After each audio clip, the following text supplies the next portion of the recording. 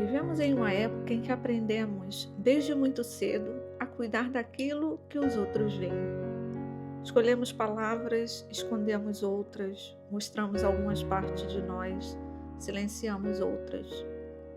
E quase sem perceber, vamos ajustando o jeito de falar, de pensar, de sentir e até de existir. Porque em algum momento da vida, aprendemos que pertencer parecia mais seguro do que aparecer por inteiro. E aos poucos, já não vivemos mais apenas a nossa vida.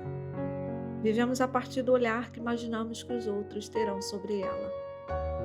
Esse olhar nos acompanha, escolhe conosco, responde conosco, às vezes até sente por nós. E depois de um tempo, já não sabemos dizer se aquilo que fazemos nasce de um desejo verdadeiro ou da necessidade de responder às expectativas que fomos recolhendo pelo caminho. Não foi assim apenas no nosso tempo. Quando o livro de Eclesiástico foi escrito, as pessoas também viviam sob uma enorme pressão para se parecerem com aquilo que a sociedade considerava digno de honra, quem merecia reconhecimento e quem deveria sentir vergonha. O cenário era outro, a experiência humana era a mesma. É nesse lugar que a palavra nos encontra. Observe as circunstâncias, mas guarde-se do mal, e não se envergonhe de si mesmo. Antes de qualquer coisa, o texto nos convida a observar, porque só aquilo que é observado deixa de nos moldar inconscientemente. Talvez por isso o autor não peça que fechem os olhos às circunstâncias. Ele diz para observá-las, reconhecê-las, percebê-las e acrescenta algo decisivo. Não permita que elas definam quem você é. Mas o que acontece quando deixamos de observar as circunstâncias? Começamos a explicar tudo apenas através de nós. Estou cansado, estou estranho, estou pior, estou sem paciência. Mas nunca perguntamos: o que está acontecendo à minha volta? Talvez observe as circunstâncias não seja apenas observar o mundo.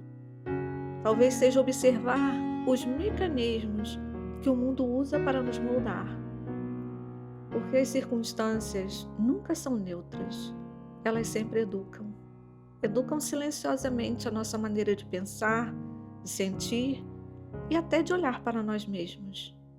Às vezes ali existe um ambiente adoecido, uma relação adoecida, uma cultura adoecida, uma rotina adoecida. E passamos anos tentando consertar a nós mesmos, quando nunca aprendemos a observar as circunstâncias. Então dizemos: estou diferente, quando talvez devêssemos perguntar: o que existe à minha volta que me fez ficar assim? As circunstâncias mudaram quem eu sou ou apenas tentaram me convencer de que eu precisava deixar de o ser? Há ambientes que nos fazem esquecer, pouco a pouco, aquilo que nunca deveríamos negociar. Talvez seja por isso que o versículo continue dizendo: guarde-se do mal. Não apenas do mal que praticamos, mas também daquele que nos convence a viver mais para a aparência do que para a verdade, mais para corresponder do que para existir, mais para representar do que para permanecer inteiros. E então chega uma frase que representa uma das mais delicadas dessa passagem. Não se envergonhe de si mesmo, não do personagem que aprendemos a construir, mas da pessoa que continua existindo por trás dele. Reconhecer quando estamos vivendo mais para o olhar dos outros do que para a verdade do nosso coração. E escolher, pouco a pouco, devolver ao mundo apenas aquilo que ele pode receber, nunca aquilo que ele não tem o direito de definir. Porque uma parte de nós que não precisa da aprovação de ninguém para existir. Ela precisa apenas que não a abandonemos. As circunstâncias sempre existirão, Cada tempo terá os seus próprios olhares, as suas exigências e as suas promessas de pertencimento. Mas a sabedoria nos devolve uma liberdade muito simples: a liberdade de observar antes de absorver, de reconhecer o que está tentando moldar a nossa identidade e de lembrar que existe uma parte de nós que não precisa ser reinventada para ser digna de existir. Talvez o maior cuidado que podemos ter com a nossa vida não seja proteger a imagem que mostramos ao mundo, seja preservar a presença de quem continuamos sendo quando todos os olhares se calam.